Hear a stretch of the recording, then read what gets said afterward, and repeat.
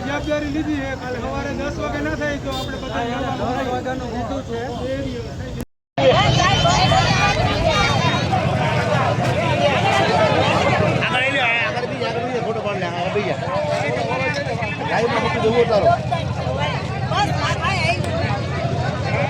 live માં મૂકી દે live માં ભર્યો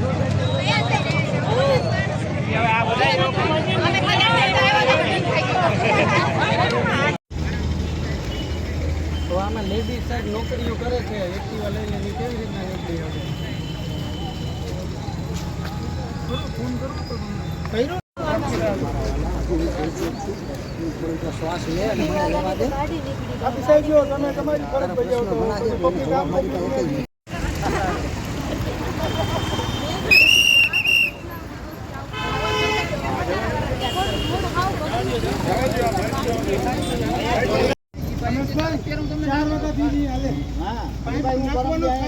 કરી નાખવાનું જ કીધું છે કે અહીંયા પરમેનન્ટ સોલ્યુશન કરો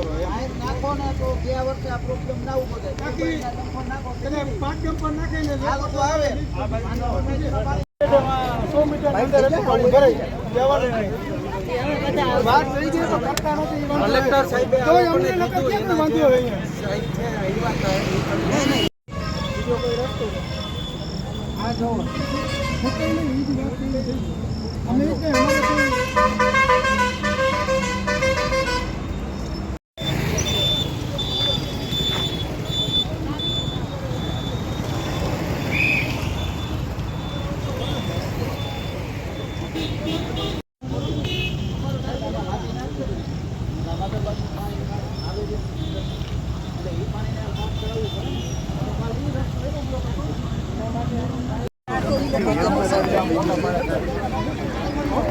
સોસાયટી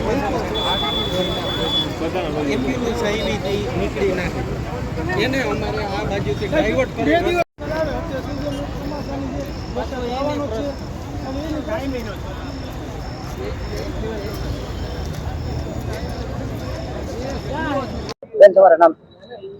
હું મનીષા ગજર આ 2-4 વર્ષથી આ પાણી ભરાવાનો અમારો મયુરેવનીના ગેટ પાસે પ્રશ્ન હતો તો દર વખતે અમે રજૂઆત કરતા હતા એમ છતાં કોઈ બી નિર્ણય આવતો નહોતો એટલે અને આ વખતે છે ને કેટલાય એવા એક્સિડન્ટ થયા કે ખાડા વધારે પડી ગયા હતા પાણીનો નિકાલ હતો નહીં ગોઠણ સુધીનો હતો પ્રેગ્નેન્ટ બાયુ પણ પડી ગઈ છે એટલે આજે આટલું બધું અમારે કરવું પડ્યું કામ અને અમે કલેક્ટરની ઓફિસે ગયા એને જ રજૂઆત કરી તો સાહેબે કીધું કે 6 વાગે ટ્રક નાખી દેશો એના માણસો આવ્યા એ લોકોએ કીધું કે હવે 6 નહીં કાલે આવશે આવું અમને 20 દિવસ જે એ લોકો ગોળીઓ આપ્યા રાખે છે કાલે કરશું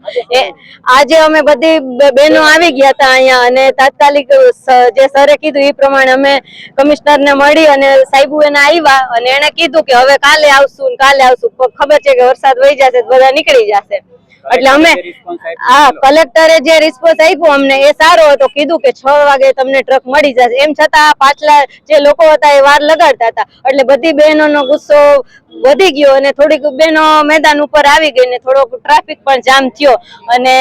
જાની સાહેબે કીધું કે હમણાં અડધી કલાકમાં હવે કે ટ્રક આવે છે પેલા આ લોકો ના પાડતા હતા હવે કે આવે છે એટલે હવે અડધી કલાકની અમે રાહ જોઈ ને હજી બહેનો અહીંયા જ બેઠા છે અને અમે આ 10 દિવસથી આ ધક્કા ખાઈ છે અને 2:30 વાગ્યાથી આ બધીને નાના છોકરા છે એમ છતાં અહીંયા બેઠ્યું છે હજી કોઈ રસોઈ નથી બનાવી કોઈ જમ્યા નથી